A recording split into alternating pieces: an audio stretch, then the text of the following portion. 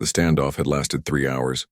Commander Zixthor of the Krillian Imperial Fleet stood at the edge of the docking bay, his forearms crossed in a gesture of absolute authority. Behind him, 200 elite soldiers held their plasma rifles trained on the single human ship that had dared to breach their quarantine zone.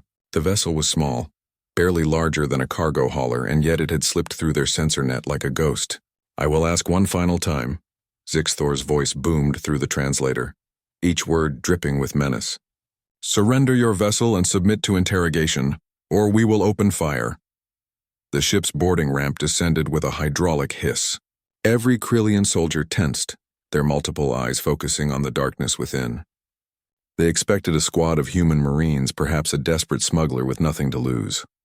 What emerged was a single woman. Katniss stepped into the harsh lights of the docking bay with the casual confidence of someone taking an evening stroll. She wore no armor, only a worn leather jacket over a black shirt and tactical pants. Her dark braid swung across her shoulder as she surveyed the 200 weapons pointed at her face. Her boots echoed on the metal deck, unhurried, deliberate. "That's close enough," Zixthor commanded. "One wrong move and you die, human." Katniss stopped. A smile played at the corner of her lips, not mocking, not cruel, but something far more unsettling. It was the smile of someone who knew a secret the rest of the universe had yet to learn. "Then don't blink," she said softly. The commander's mandibles clicked in confusion. "What?" "I said," Katniss repeated, her dark eyes locking onto his, "don't blink." For a moment, nothing happened. The soldiers remained frozen, weapons trained. Zixthor's combat computer calculated threat assessments and found nothing. No concealed weapons, no backup. No logical reason for this human's confidence. Then Neo spoke from inside the ship, his young voice carrying through the open ramp. "Katniss, the upload's complete. I'm seeing their entire fleet network. Do you want me to lock them out or just—" Everything? Zixthor's blood went cold. "What have you done?" Katniss tilted her head, that smile widening. "Me? Nothing yet. But you should know something about humans, Commander. We don't surrender. We adapt." The lights in the docking bay flickered. Every soldier's rifle suddenly powered down in unison, their displays going dark.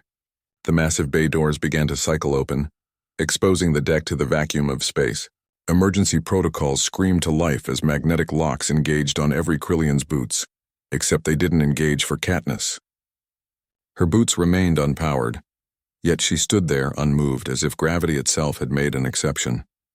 "3 hours ago, when you were busy posturing," Katniss said conversationally, even as klaxons wailed and soldiers scrambled, "my associate accessed your communications array."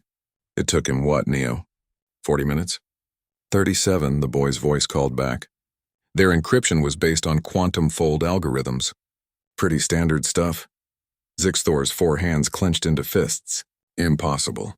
Our systems are designed by the Vex Corporation, running on Helix 7 architecture with rotating cipher keys that change every 3 seconds. Katniss interrupted. "Yeah, we know. Neo's 12. He hacked systems like yours for fun when he was 9. You want to know the funny thing about building an empire on technology? It only works until you meet someone who understands that technology better than you do." The bay doors stopped cycling, the klaxons fell silent, and every light in the facility went dark.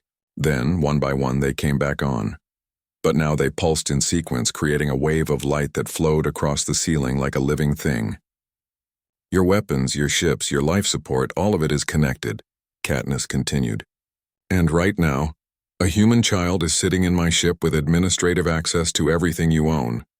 So let me make you a counteroffer, Commander." She took a single step forward. 200 rifles tracked her movement, but they were nothing more than expensive clubs now. "You're going to let us leave.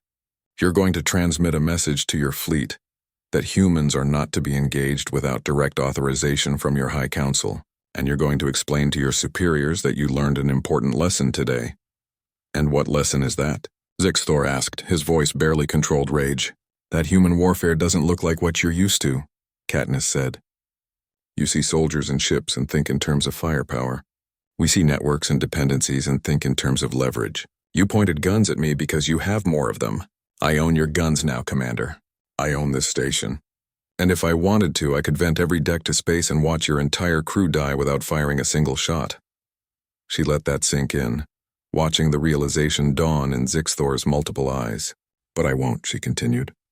Because we're not here for war. We're here because you're blockading a human medical ship trying to reach a plague-stricken colony. A colony with 15,000 people, including children, who will die if we don't deliver these vaccines. Katniss gestured back to her ship. So here's what happens next. You let us through. You let the medical ship through. And you learn that when humans say one wrong move and you die, we're not making threats. We're giving tactical advice. Zixthor's combat computer had finally calculated the variables. Probability of successful resistance, 0. Probability of catastrophic casualties, 97%. Probability that this human had been telling the truth the entire time, 100%. Neo, Katniss called without breaking eye contact. Show the commander what happens if he refuses. Every screen in the docking bay flashed to life simultaneously. Fleet positions, command codes, personal files, bank accounts, family photographs, the private communications of the High Council itself.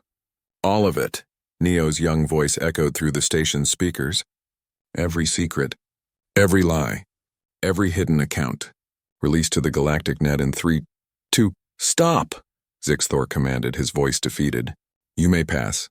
Katniss nodded. Smart choice. She turned to walk back to her ship, then paused. Oh, and Commander, next time you want to threaten someone, make sure you're actually in control of the situation first. Otherwise, you're just making conversation. As the boarding ramp closed, Zixthor heard the human woman laugh, not with cruelty but with genuine amusement.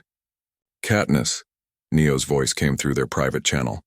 That was maybe the coolest thing I've ever seen. Wait until you're older, she replied. I'll teach you how to do it without hacking. Sometimes all you need is the right words and the confidence to make people believe you've already won. The ship departed, followed shortly by the medical vessel. Zixthor stood in the docking bay for a long time afterward, staring at the space where the human ship had been. One of his lieutenants approached cautiously. Sir, should we pursue? Zixthor's mandibles clicked in what might have been laughter or despair. Even he wasn't sure. No, log this in the fleet database. Humans are not to be engaged. Market priority alpha. What reason should I give, sir? The commander thought about a 12-year-old boy who could hack an entire fleet, and a woman who had walked into certain death with nothing but confidence and a smile. Because, he said finally, when a human tells you not to blink, they're not warning you about what they'll do. They're warning you about what you'll miss. Somewhere in the dark between stars, Katniss and Neo delivered their vaccines. 15,000 people lived, and the Krillian Empire learned that humanity's greatest weapon had never been their ships or their bombs. It was their audacity to smile in the face of death and make death blink first.